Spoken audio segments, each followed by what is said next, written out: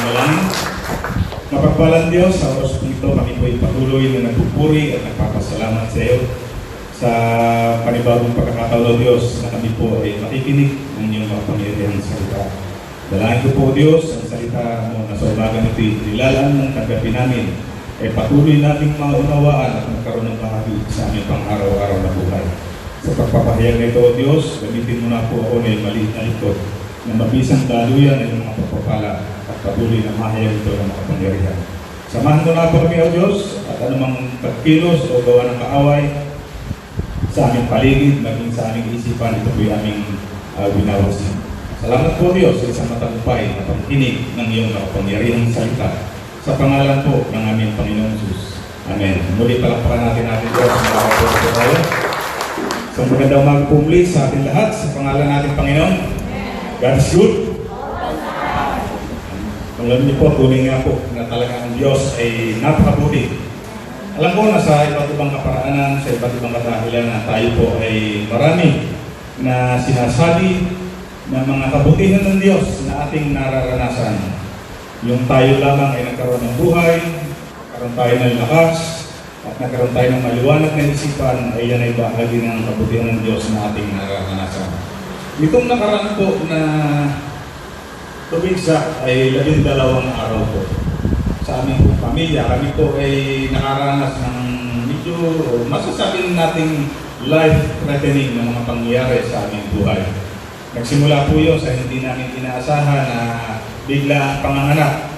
Hindi siyang tana, yung pong aming manugang, na kung saan ay kulang, although sabi ng doktor naman ay hindi naman premature yung bata, pero siya ay nasa 8 na pa lang. At kaya nga po napilitan na siya ay cesarean dahil hindi naman cesarean ang binabanggit sa kanya, normal dati. Biglang naging cesarean dahil nga po sa natuyo na yung tubig sa kanya tiyan at yung bata ay nalalaso na sa tiyan, kaya hindi na siya lalabas ng normal. Kaya kinakailangan siyang cesarean na kung hindi nga raw yun nagawa agad, ay parehong yung bata, si Shantana, sa doktor, ay nagkaroon ng maaaring naging problema. Pangalawa, matapos na ilabas naman po yung aming bunso o yung aming apo na si Avisha, siya ay dinretso na sa NICU. Yung pong ICU para po sa mga sanggol. At tumagal po siya ng 12 araw doon. Unang labas pa lang ng bata, doon sa sinasabi ng doktor at saka doon sa kalalagayan ng bata, talagang sa biyaya at kabutihan ng Diyos, talagang kaya yung si Avisha ay talagang buhay at kalakasan ngayon. Sa dami ng nakalagay sa kanyang katawan, sa dami ng dapat ayusin sa kanyang katawan, ay halos 1 linggo yata na hindi pinakita sa amin. Hindi namin makita katunayan, nakita lang talaga yung bata ng 12 years. Dahil ayaw nila na makita namin na doon sa kaaba-abang kalagayan ng bata. Napakaliit, tapos ang daming ginagawa na sa kanya, may mga nakatubong nakasagpak sa bibig niya, kaya talagang gusto yung buhay talaga ng bata ay talagang kung hindi sa kabutihan ng Diyos ay talagang hindi matatawid. Kaya salamat sa patuloy na karanasan ng kapangyarihan ng Diyos sa buhay po ng aming apo. At yung last na hindi pa nga po nailalabas, yung apo namin doon sa ospital, although medyo okay na yung kanyang kalalagayan, sa 10th day na, ang inyong mga lingkod ay after ng meeting ng PIMA po nung Lunes, kami po ay natapos bandang siguro mga 8:30 sa City Hall. Kaya lang, mga alas 6 pa lang nararamdaman ko na yung pananakit ng ulo, which is normal po sa akin. Kasi lagi naman po sumasakit ang ulo, kaya sinasabi ni Mila, pa, kung nakakalaman mo na yan, dapat magpatingin ka na. But still, kung mga nakakaya naman ng paracetamol, ay tuloy pa rin, na nawawala naman. Pero dumating yung bandang alas 12 ng gabi hanggang 1:30, talagang parang sasabog ang ulo tayo. Pagkatapos, yung ulo ko, sa sobrang sakit, hindi ko malang paano gagawin. Kung kabaka, ang kanliit, hindi po kong ganyan, namamahid na. Yung may sakit pero manhid, tapos may nakakaparang medyo namamaga na mga ugat-ugat. Dahil nga po doon, sabi nga ni Nita, mahid Sabi, bakit daw hindi patay na medyo na lang naman. Luman nila ay talagang inanong na rin ako na makapunta kami ng Talanga Doctors. Sabi ko po muna, hindi dito, pero talagang hindi ko na kaya. Sabi ko, punta na tayo sa pagdating nga po doon, kung anong ginawa sa akin, ang Timano, BP agad, 170 or 100. Pero nung ako'y patingnan ng doktor, sabi ng doktor, base mo sa, kasi yung ba sa blood pressure na 170 over 100, yung ba kaya yun eh. Kaya lang doon sa aking naranasan, at saka yung mga palatandaan ng kung ano, sabi ng doktor, doon ay stroke. Talagang gabuhok kung pagkita doon sa stroke. Kaya sabi ko nga, kung hindi sa kabutihan ng Diyos siguro, baka iba yung takbo ng buhay namin ngayon. Di ba? Maaaring ako ay isa sa, bukod sa amin nga po, baka ako isa sa binabantayan, pinalagaan, o di kaya ay baka ako'y kinuha na ng Diyos. Pero salamat sa Diyos, sabi nga, napakabuti niya. Kaya sabi nga ng doktor sa akin, hindi makapaniwala siya. Sabi, sir, how strong na yan? Itaas mo nga kami nyo. Pinesting sa akin, pinakita ko paano. Wala naman. At sa ngayon talaga, wala akong nararamdaman na kahit ano. Kaya tunay na napakabuti ng Diyos. Pakapuna po natin Diyos. Alam mo, sabi ko nga, hindi lamang sa tatlong pangyayari ngayon, kundi sa napakarami ng mga bagay, napakabuti ng Diyos sa ating buhay. Kulang ng anumang uri ng salita para ipahayag yung ating pasasalamat sa kanyang butihan, kanyang kabutihan. Kaya sangayon sa awit 116:12, ang sabi rito, what shall I return to the Lord for all His goodness to me? Anong aking ibabayad sa ibang translation? Anong aking ibabayad sa Panginoon dahil sa lahat niyang kabutihan sa akin? Alam niyo po ngayon, ito yung panahon ng tinatawag na Christmas season sa mga Pilipino, yung Perna. Ito yung panahon na kung saan tayo ay matatapos sa taon, ang ginagawa natin tayo nagre-reflect doon sa mga bagay na ating naranasan at doon sa mga bagay na kung saan ay nararanasan sa kasalukuyan. Nagre-reflect tayo, nag-evaluate at naiisip natin minsan o malimit kung gaano kabuti ang Diyos sa ating buhay. Bagaman dumarating sa punto ng buhay ng mga tao na yung reflection at yung evaluation sa kanilang buhay ay hindi upang malaman o mahayag sa kanilang puso yung kabutihan ng Diyos. Yun ay kung paano makita lamang kung ano yung mga bagay na sa sarili nila ay hindi nila nagawa at mga bagay naman na nagawa nila para sa kabubuti ng kanilang kalalagayan sa buhay. Malimit ka ang nagiging suma, nalilimutan nating alalahanin yung kabutihan ng Diyos, yung mga ginawa ng Diyos sa ating buhay. Na kung saan, sa mensahe ngayong umaga, ay nais ng Diyos na hindi lamang na maranasan natin yung kabutihan at talagang nilalaan niya sa atin, kundi ang nais ng Diyos ay kung paano tayo magre-repay o kung paano natin ibabalik sa Kanya yung kabutihan nararanasan natin sa Kanya. Sabi ni Apostol Pablo sa mga Gawa 17:25, hindi rin siya nangangailangan ng anumang tulong o paglilingkod ng tao, sapagkat siya mismo ang nagbibigay ng buhay, hininga at lahat ng mga bagay sa sangkatauhan. Kasi sabi nga doon sa binasa natin sa sumulat ng mga awit, baga nang hindi si Haring David, isa sa mga anonymous na sumulat ng awit, ang sumulat ito, ang sinasabi doon ay sa lahat ng kabutihan na ginagawa ng Diyos sa ating buhay, ano? Sabi niya, ano ang kanyang ibabayad o kanyang ibabalik? Dito maliwanag, ang sabi dito sa binasa natin na sulat ng Apostol Pablo, lahat ng bagay ay sa Diyos. Sabi dito, hindi siya nangangailangan ng kahit anong tulong o paglilingkod. Diba sabi dito? Sapagkat siya mismo nagbigay ng buhay, hininga at lahat ng bagay sa sangkatauhan. Ang ibig sabihin, we can't give anything to God that He hasn't first given to us. Or do anything for God that He hasn't done for you. Ito isang bagay na kung saan ay masasabi natin na parang bagang nahirati tayo sa mga bagay na dahil sa tayo ay nilikha ng Diyos, At sabi ng Diyos, nilikha niya ang lahat ng bagay sa mundo, maging yung mga may buhay, mga halaman, lahat, para sa kapakilabangan natin lahat. Para baga nagiging automatic na yun na kung tayo may buhay, ganit bahagi ng tinatawag natin karapatan natin.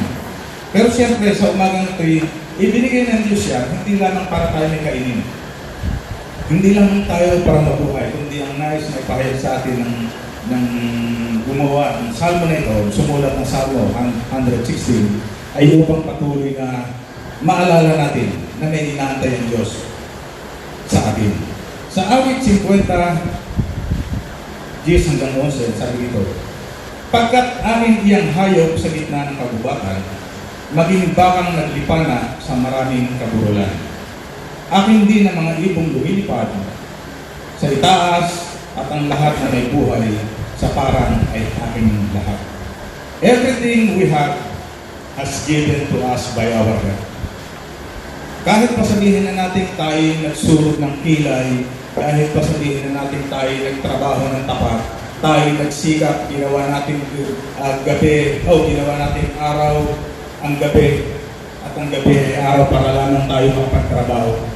Hindi ito natin pwedeng sabihin dahil lamang sa ating kakayanan o sa ating pagsusumikap. Kasi anuman gawin natin, kapag hindi talaga niloob ng Diyos na mapa sa atin, hindi rin natin matatanggap. Kaya tanong, sa lahat ng ibinibigay ngayon ng Diyos sa atin, ano yung ating babalik sa Kanya?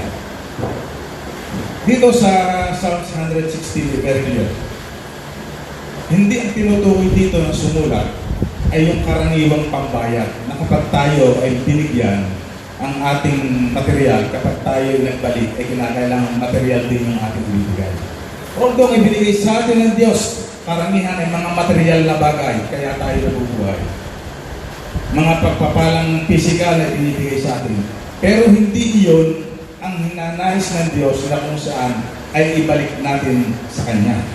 Kundi panibagong gawa o pagkilos na kung saan ay patuloy na mapapahayag yung kabutihan at kaluwalhatian ng ating Diyos. It does not magnify our resourcefulness, but God's. Hindi dito papahayag na kung tayo ay nakapagbabalik ng mga bagay sa Diyos, ay para bagang mahayag na tayo yung napaka-resourceful natin, na tayo ay patuloy na merong kakayanan, kundi dapat ang makita pa rin, kaya natin nagagawa yung mga bagay na yon, ano man yung ibinabalik natin sa Diyos, ay dahil sa Diyos pa rin na gumagawa sa ating buhay. Ang unang bagay na dapat nakita natin dito sa verse 12 nito ng chapter 16 ng Psalms. Ito yung isang personal statement. Yung sumulat ng salmo na yun, yung personal, sabi niya, sa dami ng kabutihan kanyang tinatanggap, ano ang kanyang ibabalik sa Diyos? How can I repay the goodness of God? Personal yun sa kanya. Meron siyang personal tinatawag na examination sa sarili niya. Kaya sabi sa unang Korinto 11:28, let every man examine himself. Diba? Ito yung malilim na binabanggit natin every time tayo nakakarinig ng mga salita ng Diyos. Hindi ito para siyasatin mo ang iyong katabi. Hindi upang siyasatin mo si ganito, si ganyan. O bakit si ganito, bakit si ganyan. Kapag tayo nakakarinig, ang sisiyasatin natin ay ating sarili. Diba? Kaya sa panahon to ng permas, siyasatin natin sa ating sarili. Bilangin natin ang ating mga tinanggap mula sa Diyos. Ang ating bang nararamdaman sa pagdating ng Berman ng Christmas season na ito ay yung pangkalungkutan dahil may COVID-19 na hindi natin may enjoy, yung pamamasyal, yung pamimili, yung ating hanap buhay at pagkalo. Iyon ba yung ating nakikita? Ito ba yung pamamaraan ng ating pagbabalik sa ating Diyos? Sa napakaraming kabutihan na ating tinanggap sa Kanya. Isa-isahin natin.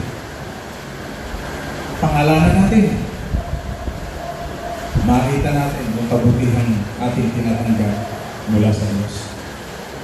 Ngayon niyo po, dito pumapasok po yung kaaway. Yung tinitisip tayo. Dahil sinabi ko kanina, dinidisip na tayo na ano man yung meron tayo, bunga ng ating pagsusumika. Yan ay pandaraya ng kaaway. Pandaraya ng kaaway yan. Yung pang binibigyan tayo ng malaking tiwala sa sarili, walang masama na tayo magtiwala. Kaya lang yung tiwala ay mas malaki pa sa pagtitiwala sa Diyos. Yung bang mas may magagawa ang ating diskarte kaysa sa gagawing pagpapala ng Diyos. Diba? Kaya isa sa pinakamahirap na magagawa na ginagawa ng tao, ang lagi nang nangyayari, yung bang lagi nang impis na i-examine yung sarili, lagi nang ang nakikita ay kapwa. Diba? Kaya yun yung pamamaraan. Kasi bakit ang puso ng tao kasi mandaraya? Sabi sa 79, sino ang nakakaunawa sa puso ng tao? Ito'y mandaraya. Walang katulad. Kaya kapag ang puso natin ay hindi talaga tunay na pinaghaharian ng Diyos na mabuti, madadaya tayo. Madadaya tayo. At yung ating tila baga paniniwala na ang Diyos ang naghahari sa ating puso, pero yung nakikita sa atin ay kung paano natin i-evaluate o ating tingnan yung buhay ng iba. Diba? True self-examination must be done with the Holy Spirit. Yung gabay ng banal na Espiritu na kung saan nakatatagos sa kalooban ng aming puso, ng ating puso. Naniniwala po kayo doon? Mahalaga yun, yung gabay at patnubay ng banal na Espiritu. Sa Apocalypse 3, doon po ang iglesia sa Laodicea, nangangailangan ng self-examination ng kanilang kalalagayang spiritual, pero nahirapan silang makita ito. Ano sabi rito? Sa verse 17, sinasabi mong ikaw ay mayaman, sagana sa lahat ng bagay, at wala nang kailangan pa. Ngunit hindi mo nalalamang ikaw ay kawawa, kahabag-habag, dukha, bulat, at rubal. Very bold. Very bold itong binanggit na ito sa pahayag na ito, na kung saan ito yung patuloy na pinaunawa. Totoo, kailangan natin ang kayamanan. Totoo, kailangan natin yung kaalwanan ng buhay. Wala namang nagsasabing ayaw nun. Diba? But siyempre, habang lumalakas at tumatatag ang ating buhay, gayon din dapat mas matatag yung ating buhay. At huwag natin nalilimutan yung kabutihan ng Diyos na lahat ng iyon, Diyos pa rin ang may bigay sa atin. Sapagkat ang Diyos natin ang mabuti. Sa awit 139:23-24, sabi rito, O Diyos, ako'y siyasatin. Alamin ang aking isip. Subukan mo ako ngayon kung ano ang aking nais. Kung ako ay hindi tapat, ito'y iyong nababatid. Sa buhay na walang hanggan, samahan mo at ihatid. Dito yung sumulat ng salmo na to, ina-admit niya na sa kanyang sarili, yung kanyang pag-iisip at maging yung kanyang mga ginagawa ay hindi tunay. Hindi masasabing, hindi buong-buo na puro. May bahid. Kaya ang ginawa niya, sabi niya, in-invite niya ang Panginoon. Panginoon, siyasatin mo ang ating puso. Yung aking katapatan. Yeah. Tayo kaya sa ating sarili. Kasi yung psalmist ito, alam niya sa kanyang sarili, yung kanyang kalalagayan sa harap ng Diyos. Dapat makita rin sa atin yung tinatawag na katapatan sa harap ng Diyos. Na tayo patuloy na ipaayos ang ating puso. Kaya sabi nga, marami tao sa mundo, may struggle sila doon sa tinatawag na self-examination. Kaya doon sa tanong natin, may struggle din. Ano sabi ron? Ulitin yung tanong, kay Yahweh na aking Diyos, anong aking isusubli sa lahat ng kabutihan na sa akin ay kaloob? Yung tanong doon sa Psalms 106:12, diba? Paano tayo tutugon sa Diyos? Sa sobrang dami ng blessings na ating tinatanggap mula sa Kanya. Di ba, minsan pag tayo tatanong ngayon, isipin tayo, pwede natin tanggapin ang buong tanong. Doon sa lahat ng kabutihang ating natanggap, hindi babalik sa Diyos. Di ba wala tayong toy? Di ba marami lumalaro sa isip natin? Di ba? Wala tayong isang sagot. Di ba? Wala tayong dalawang parehong sagot. Maaaring magkakaiba. Sabi sa Santiago 1:17, ang lahat ng mabuti at ganap na kaloob ay purot sa Diyos. Mula sa Ama na lumikha ng mga tanglaw sa kalakitan, hindi siya nagbabago o nagdudulot ng kahagyamang dilim dahil sa pagbabago. Alam na natin lahat yan. Lalo tigit tayo mga matatagal ng mga nakakaunawa na salita ng Diyos.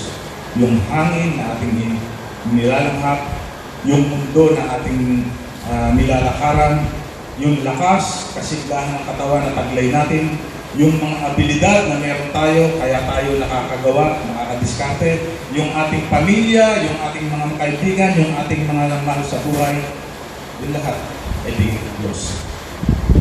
The Lord is the giver of every good gift. Palakpakan na natin ang Diyos. Tanong nga, sino yung maraming tinanggap ng kabutihan mula sa Diyos? Pwede po itaas kapag kayo talagang maraming. Salamat sa Diyos.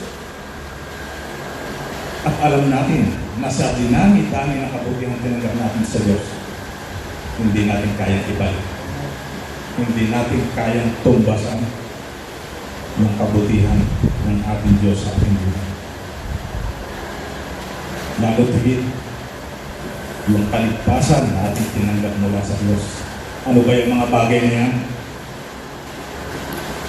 Di ba? Yung natanggap natin, kung wala naman tayong assurance ng kaligtasan ay pinagkaloob sa atin ng ating Panginoon Jesus. Di ba?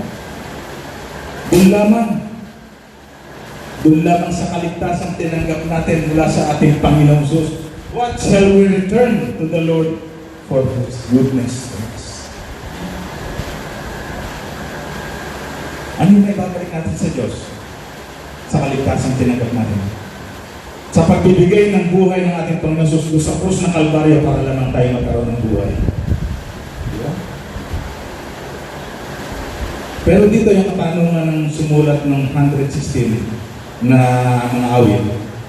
Meron din siyang idinutong na sagot. Nasabi ron sa verse 12, what shall we return to the Lord for all His goodness to us? Yung verse 13, sabi niya, I will lift up the cup of salvation and call on the name of the Lord. In other words, nasabi ron, yung cup na kung saan tinutukoy doon, yung cup na binanggit ng ating Panginoong Jesus, ito yung cup na kung saan ininuman niya nung na sa kung saan ay sumisimbolo doon sa bagong tipan, sumisimbolo doon sa kaligtasan na ating tinanggap. Para sa Diyos, yung lahat ng mabuting ginawa niya para sa atin, kagalangan niya na ikaw ay maligtas. Walang kaguluhan yung lahat ng mga pagpapalay meron ka. Pero hindi ka naman maliligtas. Yun ay isang kagalakan sa Diyos. Kaya salamat sapagkat tayo naman narito. Yung isa sa mahalagang bagay na nais balik natin sa Kanya, yung katiyakan na tinanggap natin, yung kaligtasan ng ating Panginoong Jesus. Di ba? Receive this great gift of eternal salvation. Dito makikita natin doon sa mga talatang sinulat na yan, yung ating givers. Yung sumula o yung auto, makikita niyo yung tinatawag na o yung pagiging yung unselfish niya. Yung selflessness ay nakita doon sa kanyang pananalita. Kasi bakit? Doon sa sinabi niya, hindi naman niya sinabi na, Panginoon, bigyan mo pa ako nito. Panginoon, bigyan mo pa ako niyan. Kundi ano sabi niya, ano ang ibibigay ko sa Diyos? Diba? Marami sa mga panalangin natin. laging nagiging laman ang panalangin natin, Panginoon, ito po kailangan ko. Totoo, nagpupuri tayo sa Diyos, humihingi ng tawad, and then, susunod na natin yung ating mga kahilingan. Pero hindi natin natatanong sa Diyos, Panginoon, ano ang gusto mong gawin? Para makapasan ko yung kabutihan. Hindi sinabi ng salmis ito na pagyaman mo pa ako, patatagin mo yung aking kayamanan, yung aking buhay. Huwag na akong magkasakit pa muli. Diba? Hindi siya habiling ng humilig pa. Kundi sabi niya, hindi niya binanggit kung ano yung kanyang tatanggapin pa, kundi ang binanggit niya sa Diyos, ano ang kanyang maibibigay sa Diyos. What shall I return to the Lord for all His goodness? Yun ang sabi niya. Kaya napakaganda na patuloy na tayo mapalalahan. Alam niyo po ang isang tao, kapag ang tao ay may attitude na ang iniisip niya kung ano yung kanyang ibibigay kaysa sa kanyang matatanggap, yun ay sign of maturity. Sa mga bata, meron ba kayo nakita sa mga bata, yung mga mature na bata? Lahat ng bata gusto kung ano yung makukuha niya. Lahat ng bata, yan generally speaking. Lahat ng bata, kung ano yung hihingi, lahat.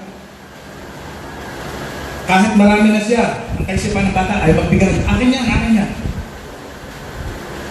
Sign of maturity. Iniisip kung ano ang ibibigay. Kaya itong sumulat na ito, mature. Kasi alam niya, we cannot outgive God.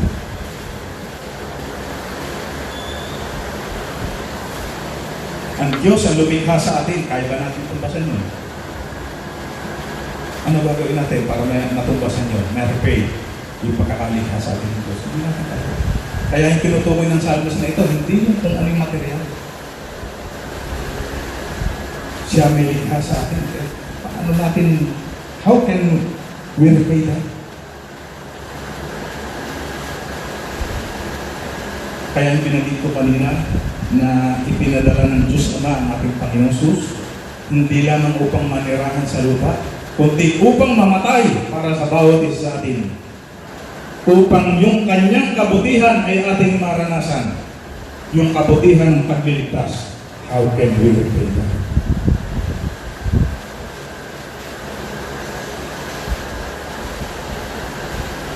Kaya dito sa tanong na ito, bagaman personal, hindi naman natin kaya piliting sagutin sa pamamagitan ng pag-alam kung ano yung mga bagay na material na pwede natin ibalik sa Diyos.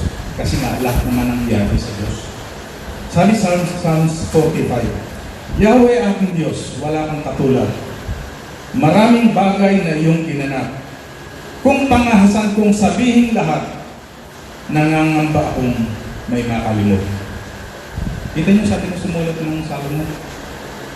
Sa sobrang dami na ng ating naranasang kabutihan ng Diyos, subukan natin banggitin lahat. Subukan natin isulat, meron tayong malilimutan. Ganun kabutihan ng Diyos. Hindi mo kayang bilangin sa daliri. Hindi kayang bilangin ang dami ng ating bidal. Kaya sabi rito, hindi. At para kapol, sabi nga niya, yung kanyang pagtanaw ng kabutihan sa Diyos, actually, hindi lamang sa Diyos. Ang sabi rito sa Romans 1:14, may pananagutan ako sa lahat ng mga tao, sa mga sibilisado man o hindi, sa marurunong at sa mga mangmang. Ang sabi rito, I am debtor both to the Greeks and to the barbarians, both to the wise, to the unwise. Kita niyo ba ang sinasabi ng Diyos na dinanais ng Diyos na magbalik tayo na kung ano yung mga bagay na ninanais niya na ibalik natin sa Kanya. Pero para kay Pablo, hindi lamang yun, maging sa tao, may pananagutan siya. May implication siya. Kaya tama hindi tayo po pwedeng okay lang sa Diyos, pero sa tao hindi. Hindi pwedeng tayo tumutugon sa Diyos, hindi tayo tumutugon sa tao. Kaya sabi ng Diyos, ano man ang ginawa mo sa pinakamaliit na ito, sa akin ginawa. Hindi package. Hindi naman po pwedeng mabuti ka sa tao, malayo ka sa Diyos. Diba? Kaya lumalapit tayo maigi doon sa ano ba yung talagang gusto natukuyan nung sumulat ng salmong ito. How can He repay? O tayo, how can we repay the goodness of God? Sabi rito sa mga talata, Marcos 12:35, Thou shalt love the Lord with all thy heart, with all thy soul, with all thy strength. This is the first commandment. Pag sinabing first commandment, pinakamahal. Ang Biblia naglalaman ng napakaraming pinag-uutos kung paano tayo makalalakad ayon sa kalooban ng Diyos. Pero merong nagawa. Ang sabi ng Diyos, ang pinakamagagawa natin, mahalin natin siya ng buong puso, ng buong isip, ng buong kaluluwa, ng buong lakas. Kasi bakit? Siya ang nagbigay na pag-ibig sa atin. Paano natin ibabalik yung pag-ibig ng Diyos? Ibigin natin ng Diyos ng buong buo, buong puso, buong lakas, buong kaluluwa. Nasabi rito si John 15:13, ang pinakadakilang pag-ibig na maaaring taglayin ng sinuman para sa kanyang mga kaibigan ay ang ialay at kanyang buhay para sa kanila. Ito ang ginawa ng ating Diyos para sa atin. At ito rin yung hinihingi ng Diyos na maaaring nalilimutan natin. Yung tithes and offering, bahagi ng obligasyon natin yan, na ibalik natin sa Diyos yung bahagi ng ating mga tinatanggap, pero take note, doon sa mga material na bagay na tinatanggap natin, ang hinihingi lang ng Diyos, 10%. Pero dito, yung pag-ibig na kung sana ibinigay sa atin ng Diyos, hinihingi niya 100%, ibalik natin sa atin. Ang sabi dito, buong puso, buong pag-iisip, buong lahas. Hindi partial lang. Hindi po pwedeng pag gusto lamang natin, saka lang tayo maglilingkod sa Diyos. Hindi po pwedeng kapag maganda lang ang karanasan natin, saka tayo masiglang maglilingkod sa Diyos. Na kapag naiba na ang sitwasyon, iba na rin ang level ng ating paglilingkod, nababawasan. Ang sabi nito, buong buo. This is how we can repay God. Kasi lahat ng iyan, bunga ng pag-ibig. Kaya binigay si Kristo yung bunga ng pag-ibig. Diba? Ano napakahalaga na patuloy. Na makita natin na kaya tayo dadalaw ng simbahan ay hindi upang sambahin lang ang Diyos. Kundi tayo kaya pumupunta sa simbahan ay upang sumamba sa Diyos, magpuri sa Diyos, pasalamatan siya, at tayo patuloy na pakabanalin niya. Hindi po pwedeng tayo sumamba lang ang paglabas natin. Yung buhay pa rin natin, hindi na i-edify. Diba? Patuloy na magkaroon ng edification sa buhay natin. We must grow spiritually. Yung pag-ibig na yan para tumatag, dapat mag-grow tayo spiritually. Hindi ganun kadali na umibig. Kasi sabi ng Diyos, bumbo ay hindi ganun kadali. Maliban tayo ay mag-grow spiritually. Kaya rinakalang tayo lumago. Hindi po pwedeng kaya lamang tayo masiglang sumisimba. Kasi kapag ang nagbabahagi ng salita ng Diyos ay talagang nakakapagpakita ng kapag nanalangin may mga natutumba. Diba? Yung mga nakikita natin, kaya sila ang dami-dami. Kasi mas na-excite sila, na-entertain kapag may mga ganong pangyayari. Diba? Kapag ang magsasalita isang propeta, ang daming umaatay kahit pa sa ang layo ng Araneta Coliseum, napupunta kasi propeta. Yung bang hindi pa masapat yung salita ng Diyos na ngayon ay nagsasalita sa ating nababasa na Biblia. Diba? Na kahit saan tayo naroon, excited tayo na makinig ng salita ng Diyos sa pamamagitan ng pagbabasa ng Biblia. Sign of maturity. Siya'y nagbuburuhay talaga. When we become spiritually mature, hindi lamang basta gusto natin na tayo tumanggap ng pagpapala, kundi tayo maging instrumento para yung pagpapala na naranasan nila. Ito rin ang nais ng Diyos. Ulitin ko yung mga talata na kung saan ay naging basihan ng ating pag-aaral ngayon lang. Psalms 116:12 hanggang 14, kasi dito ay idinuksongan niya yung kanyang ilang sagot doon sa kanya rin katanungan. Ang sabi niya sa 12, "What shall I render unto the Lord?" King James Version po. "What shall I render unto the Lord for all His benefits towards me?"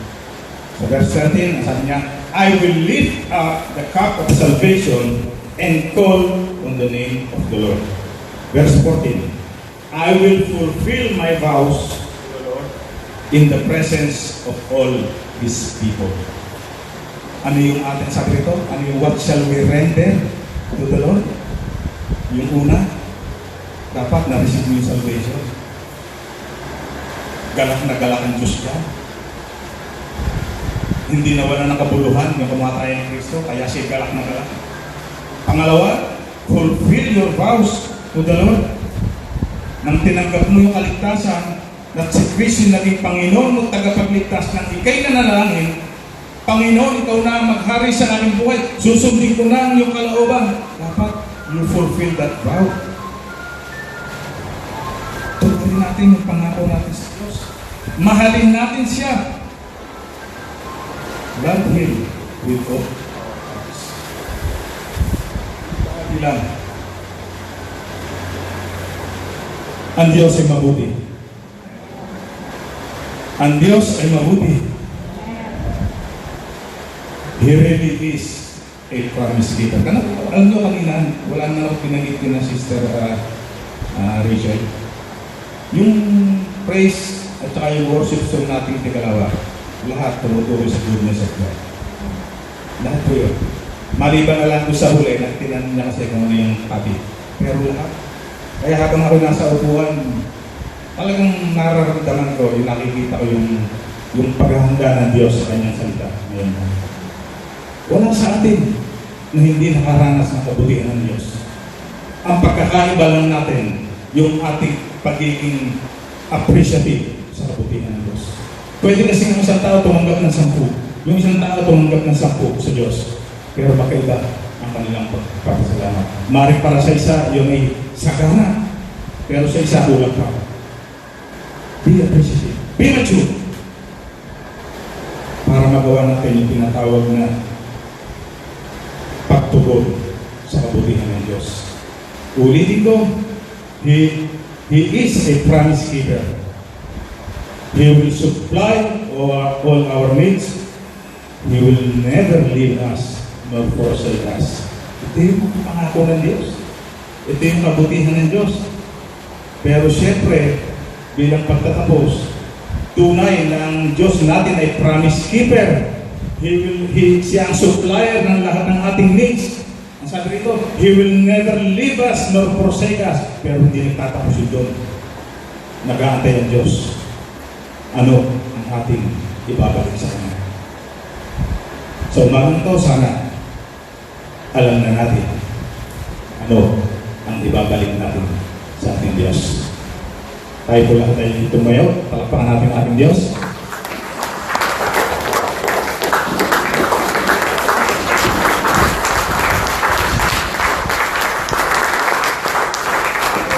Tayo po yung manalangin, aming nandakila at mapangyarihan sa lahat. Diyos na pinakamabuti sa aming buhay. So, umagang po Diyos.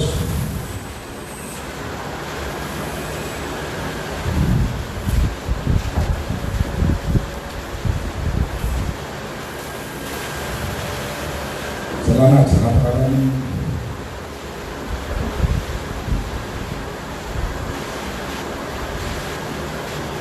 Kabutihan mo sa ipatuloy na pinakaranas sa Bagaman malimit kami o Diyos ay nagtugunan. hindi namin nagagawa. Ang ibalik, ang nararapat na ibalik namin sila. Ngunit sa umagang po, Diyos, nagpapasalamat kami sa kami patuloy na yung pinamamahan. Kapahayagan na yung pag-ibig sa bawat isa namin. Kapahayagan na nais mo pa rin na kami patuloy na maging kalugod-lugod sa iyo. So, umagang po, Diyos, sa aming mga naging kakulangan, pangawat po. Dalangin po namin naman, tulungan mo po kami na magawa namin ang mga bagay na ninanais mo na gawin namin para sa iyo. Pagpalain mo na po bawat isa na sa umaga ay nakapakinig ng limang salita sa pangalan po ng aming